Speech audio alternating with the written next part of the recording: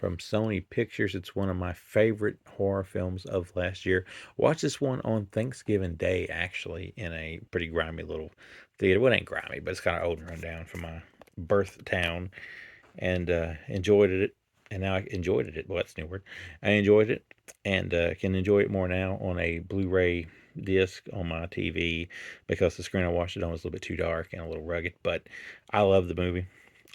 Now, would I have preferred if maybe we got the original version of this that it looked like we was going to get with the Grindhouse filter and all that when it came out as a fake trailer of Grindhouse? Yeah, I'd have loved to seen that. That would have been a whole different time, probably a whole different movie in some regard. But for what this is, it's great.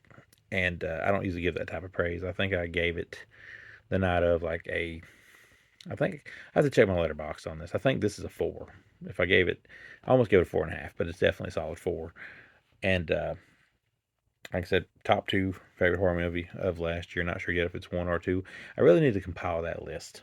But either way, there's a Black Friday sale in a small little Boston town, Massachusetts town. I don't know. It's one of them areas, and something terrible takes place, and then it affects a lot of different people.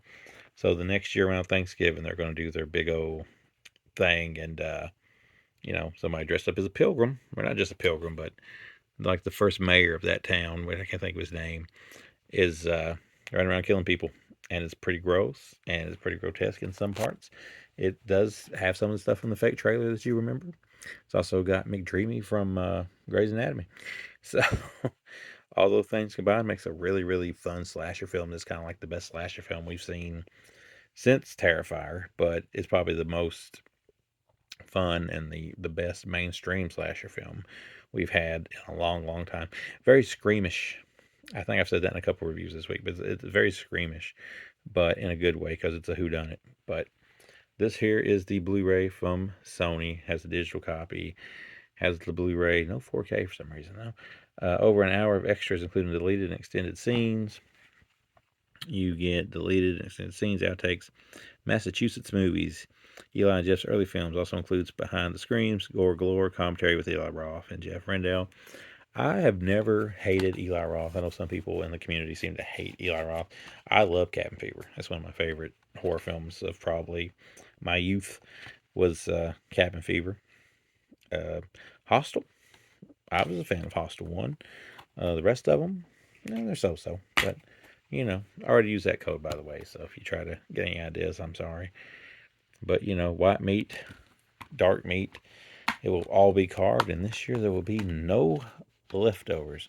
But yeah, a new horror classic, I will agree. I think they've already greenlit the sequel for this.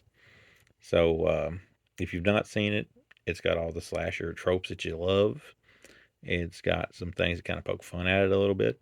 It's, if it had a filter, it'd probably be a perfect film. If it had the Grindhouse filter. But I wish they did as an extra on here. But as it is, it's fine. It's great. It's very much worth the wait. One of Eli Roth's best. Probably the best he's done since the Green Inferno for me. But yeah, go get it. Check it out. I highly recommend it. If you don't listen to me on anything that I've reviewed here lately, go check this one out.